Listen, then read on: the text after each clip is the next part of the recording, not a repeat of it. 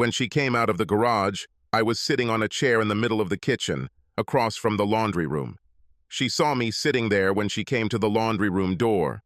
I took a small table from the living room, on which lay several objects, stage props. I had a performance to perform. "Thomas?" There was a question in her voice. "What are you doing? Is there something wrong?" "No, nothing happened," I said. "I just thought you might want to help me with the fitting." "What? Trying on? What the hell are you talking about?" I picked up one of my items from the table. "This!" I showed it off with pride. "They say they need to be adjusted." "What is this?" she asked. "What's going on, Thomas? Is it a joke? You're playing some kind of prank, aren't you?" While I enjoy a good prank from time to time, I wasn't kidding. Well, it was kind of a prank, but things were about to get very serious. "No, it's not a joke," I said. "This is a cage for manhood. You know, a chastity device." Her eyes bulged as if they were on stalks. I thought they looked amazingly like snail eyes, only the little stems were missing. "What the hell? Are you crazy? What are you talking about?" she asked.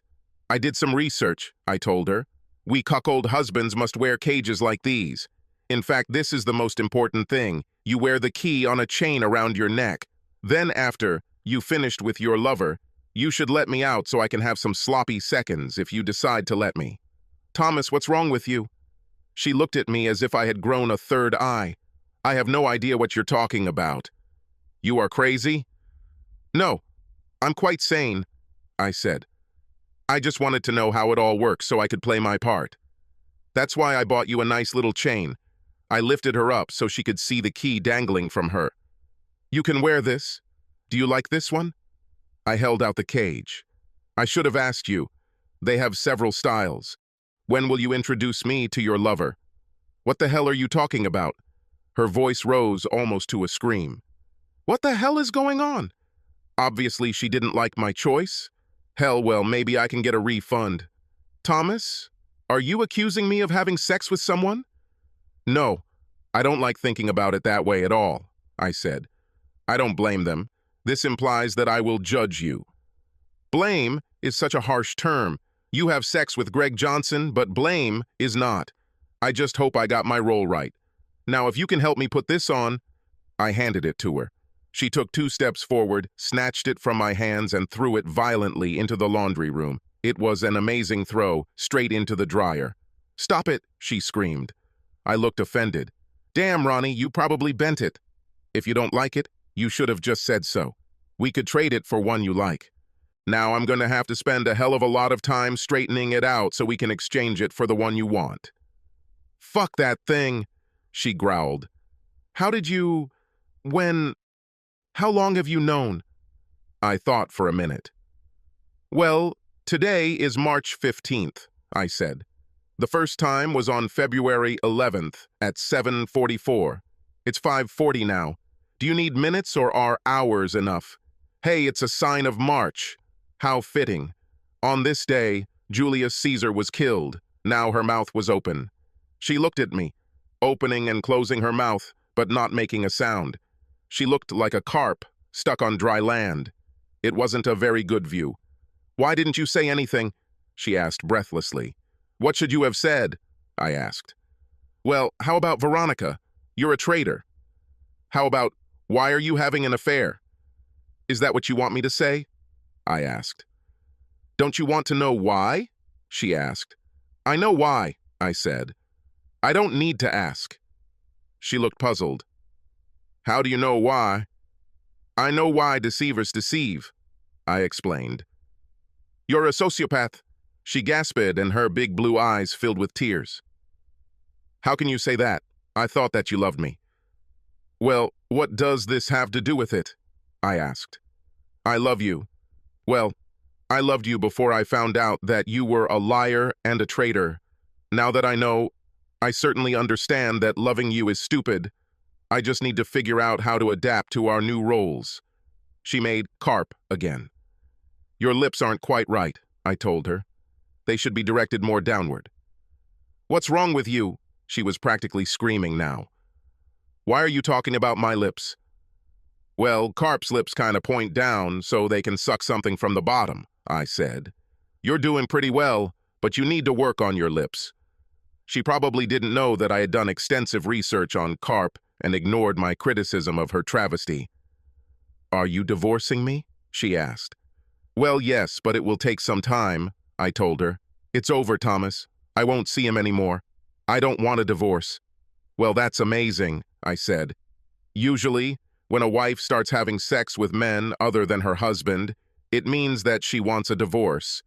Well, maybe that's not what she wants, but that's the normal course of events. I didn't want you to find out, she said. It was just a short fling, Thomas. It's over, and I vow that I will spend the rest of my life being the best wife you can imagine. Well, that sounds very attractive, I said. I'm afraid I'll have to refuse. Thomas, please don't do this. Now she was begging. You know I love you. It didn't mean anything, it just happened that way. I'm telling you, it's over. Well, considering you never told me it all started, I just don't know how I can believe it, I said. How are you going to convince me?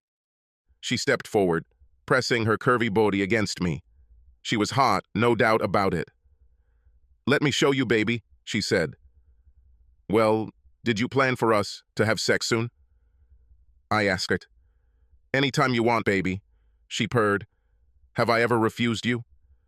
Well, as far as I remember, no, I said. I think you should still get tested for STDs. It makes no sense for both of us to risk our health. If you could become infected with something, you would already... Her voice broke off. You haven't made love to me since I started, have you? She asked. Oh my God, Thomas, I didn't even notice. That's why you've been sick or tired lately, isn't it? Well, yes, I admitted. I'll get checked tomorrow, she said. What will happen now, Thomas? Nothing for a while, I told her. Divorces take time, you know. She moaned slightly. I told you that I don't want a divorce. I know, I said. I remember. This was just a few minutes ago. We don't need to get a divorce, she pleaded. I told you it's over. From now on, I'm going to be completely faithful to you. Yes, I remember that too, I said. I didn't believe you. Do you remember? Her face flushed. Yes, I remember. I don't know what's wrong with me. I didn't mean to have an affair, Thomas. We were just together at work all the time. He kept pestering me and I just became stupid. Okay? I'm really sorry. I know it doesn't mean much. I thought you'd be more upset. Oh, I was, I told her. I was very upset for several weeks. At first I thought about killing you. I took out an old pistol, and I even went to the shooting range to practice. Then I decided to kill your lover. I even had a plan to kill you both. Macy talked me out of it. She gasped. Does Macy know? Did you tell our daughter? Why did you do that? Do you hate me that much? No, I didn't tell her, I said. She told me. She looked like someone had punched her in the stomach. Carp looked like he was on steroids. When did she know? How did she know? So that's the reason. Oh my God. She hasn't called me since. She always tells me she's busy when I try.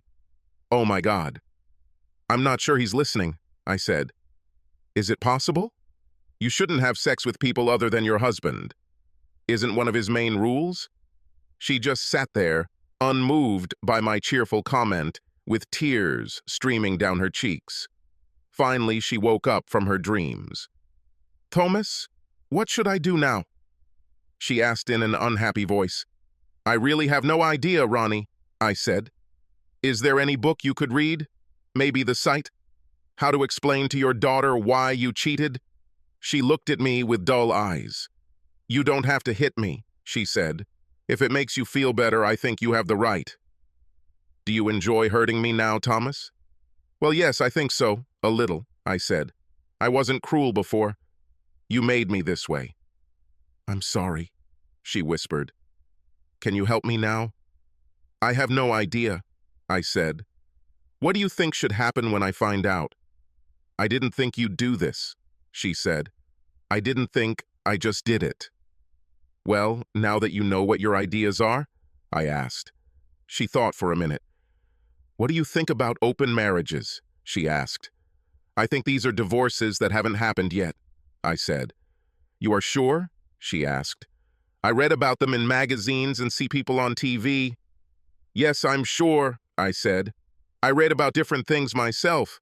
By the way, would you rather be served with divorce papers here or at work? I don't want a divorce. She was shaking now. I won't give you a divorce, Thomas. I'm almost sure it's not up to you, I told her.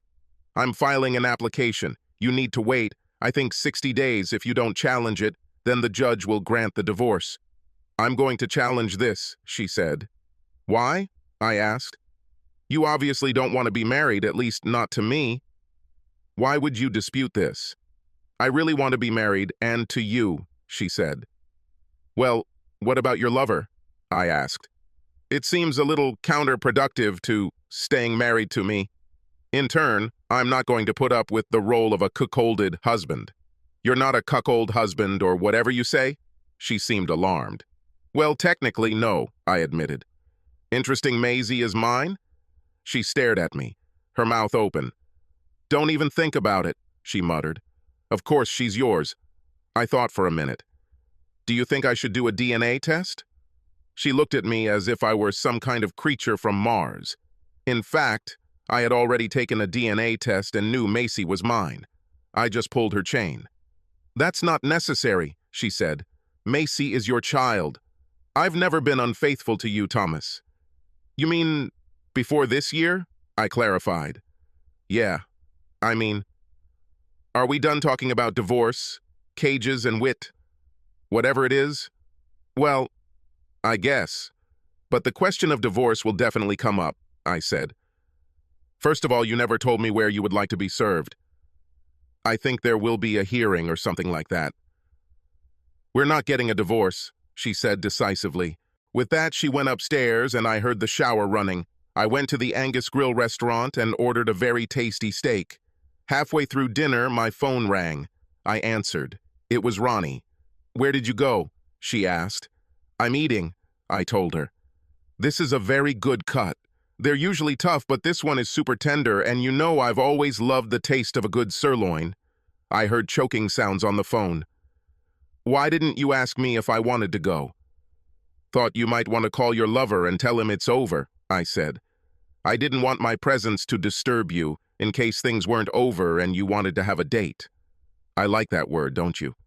Love date has a certain pathos in it. I was going to tell him tomorrow, she said. When are you going to come back home?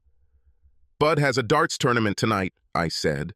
I thought I'd pop over there, try it out, have a couple of beers, and be home around 9. Well, unless Alicia isn't there. If she's there, I might hang out and see what she's up to. She hissed. Why do you do it? You know that I have always been partial to her, I said. While I was married to you, I never thought about it. You're still married to me, she growled. I'll come and scratch that bitch's eyes out if you're not home by 9. I didn't doubt her for a minute. She never really cared about Alicia. When I got home, she was in the kitchen banging pots and pans. I went upstairs, took a shower, and went to bed. I get up at 5:30 for work. She came after a while, undressed, and crawled into bed, naked. She pressed her curvaceous, sexy body towards me, and I felt her hand slide down. I don't want to spoil the moment, but you should have taken the test. She sighed. You're talking nonsense, Thomas. I don't have an STD. Greg is married. He wouldn't risk bringing any unpleasant surprises home to his wife. Besides, I told you I always made him use a condom, I swear.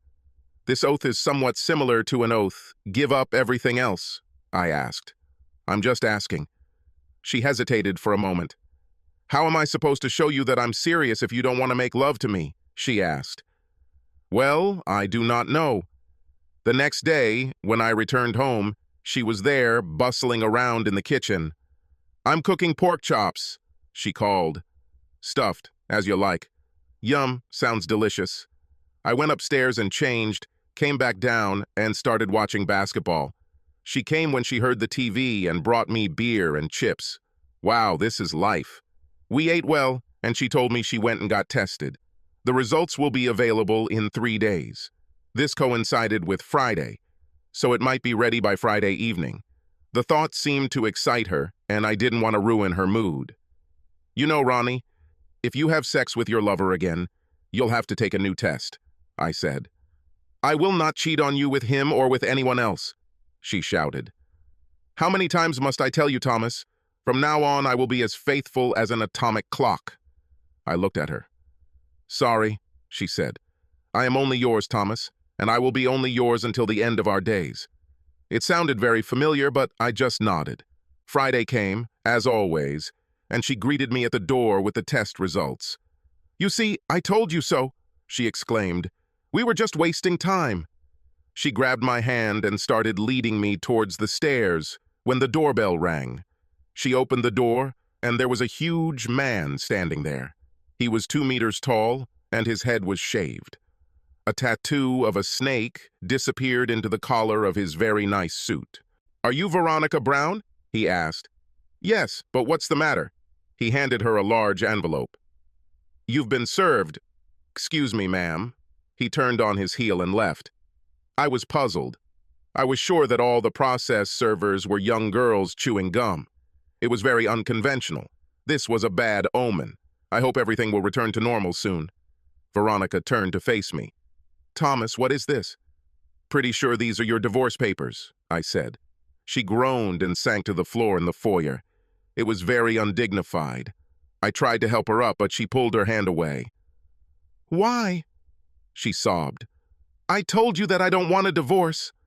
Forgive me, Thomas. I am so sorry. Please don't divorce me. I picked her up and carried her to the sofa. Well, I told you this would happen, I said. Did you think I was joking? No, she sobbed. I thought you would change your mind. You should give me a chance. Just give me a chance, Thomas. I will show you what a wonderful wife I will be. Do you want to show it to me now? I asked her. She looked at me with eyes full of tears. You want to say? I extended my hand. She took it, and I led her upstairs. She showed me 3 times that night, and twice on Saturday. On Sunday, I only had enough for 2, but she was great. We have to give her credit.